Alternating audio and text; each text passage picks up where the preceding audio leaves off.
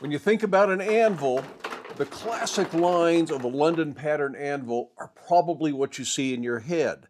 The Scott Mighty Boy is a good classic London pattern, no frills anvil. Everything you need on a basic anvil without any of the bells and whistles. So in this video, I want to build a good, basic, simple angle iron stand for this classic anvil. To keep this as straightforward as possible, it's all going to be straight cuts and 90-degree angles, at least as far as I can tell right now. And I'm starting with 1/4 inch 2x2 angle iron. So that's about 6 mil 50x50 leg angle iron. I've already calculated how tall I want my legs based on how tall I want the anvil when it's finished, minus the height of the anvil. And I've cut all of my parts so we can get right to building the stand.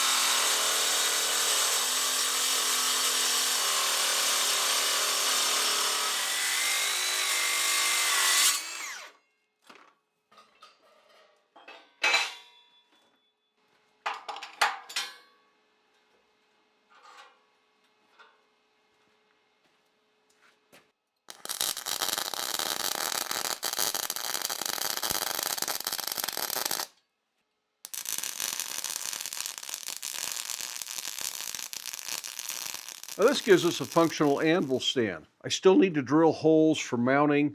The Scott anvil has holes in the 4 feet of the anvil, so it's going to be really easy to mount.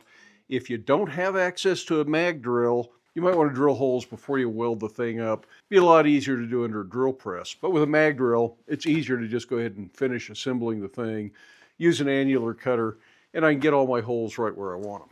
And while this would be completely functional as is, I think we can add some tool storage. I envision a little hammer rack inside the stand right through here, so you got a place you can store hammers, and a rack on the far side for hardy tools or tongs. I might put a little shelf in here, but I don't know that there's going to be room for that to be functional by the time you put the hammers in. But we will see.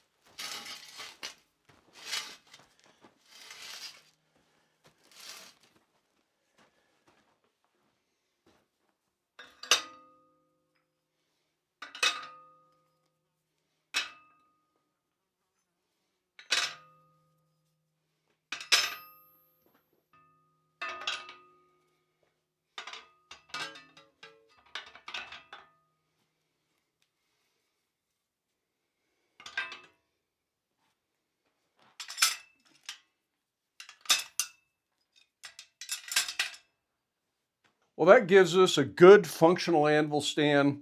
Pretty straightforward fabrication. There's nothing real fancy about this. I will say pay more attention to where the shelf goes than what I did. I got it a little bit low, and I've got a few hammer heads that the peen end is just a little bit long on. They aren't going to fit under there, but that's okay. This is just extra storage. I have other places I can store hammers.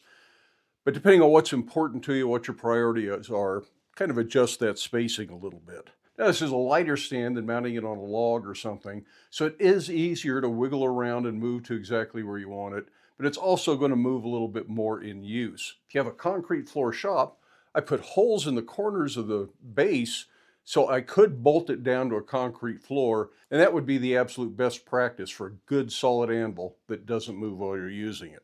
But in any case, I'm ready to do some work on this anvil. I want to thank each and every one of you for stopping by to watch the video, with a special shout out to my channel members and my Patreon patrons. Channel members generally receive early access to the videos, while Patreon patrons at a certain level not only receive early access, they receive the videos ad-free over on Patreon, along with occasional exclusive content over on Patreon. So if you're interested in that, you might want to check it out. But for everybody, thank you for watching. If you'd like to see the video reviewing this anvil from Scott Anvils, I'll link to that video right down here. In the meantime, I hope you have time in your day to get out to your shop, make something, but stay safe, wear your safety glasses. We'll see you for the next video.